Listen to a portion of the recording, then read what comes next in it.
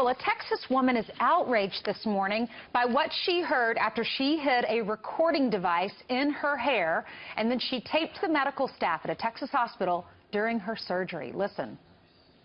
She's had some choice words to us in the clinic when we didn't book her case within 2 weeks, including, I'm going to call a lawyer and file a complaint.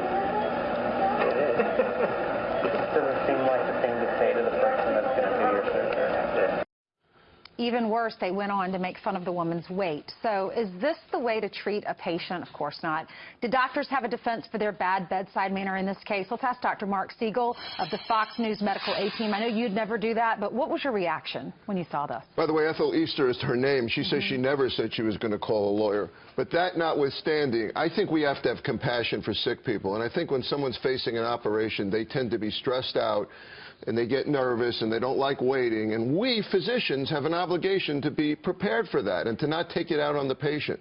So I'm not she's in pain. She had a hernia. Absolutely. I'm not sympathetic to the doctors here at all. Another point, besides compassion, is I think medical errors are much more likely to occur when people are being sarcastic. I mean, we want our surgeons to be really in the game here. Right. There's 200,000 deaths per year in the hospital from medical complications of surgery. That's the third leading cause of death in the United States. Sarcasm, no place for it. Surgeons are variable in terms of how much skill they have, but in terms of cognition and focus, and less errors occur if you're not making fun of the patient. And sometimes your hands are tied. You have to go with the doctor that you're given, because there might be one doctor in that hospital that does this surgery for her. Because people might say, why didn't she change doctors? Because she did have some red flags before this. But in many of our cases, we don't have that option. So I feel so sorry for her. I mean, they were making fun of her belly button. They were saying she's overweight, calling her precious. She thinks there's a racial tinge to this. This is totally inexcusable. And by the way, a lot of patients would want to know what's going on in the operation, because they might think that there's a complication that occurs that they're not being told. Right. And people can be awake during anesthesia. You better watch out if you're a surgeon. You know, we don't need more of this. We need less of this. Surgeons do all kinds of different things in the OR, Ainsley. Some play music. That's good. Some talk. It's okay to try to be relaxed when you're doing an operation. Do not make fun of the patient. You should not be in there. That's against the Hippocratic Oath. 100%.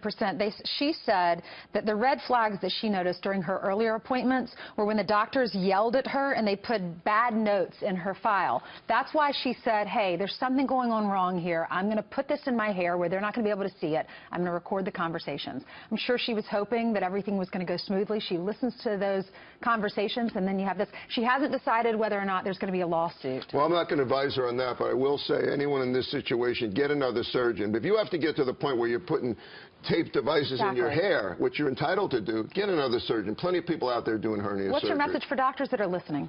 Learn from this. Be kind to patients. Look, they're stressed out. Patients are sick. Like Ainsley said, you got a hernia, you're in pain.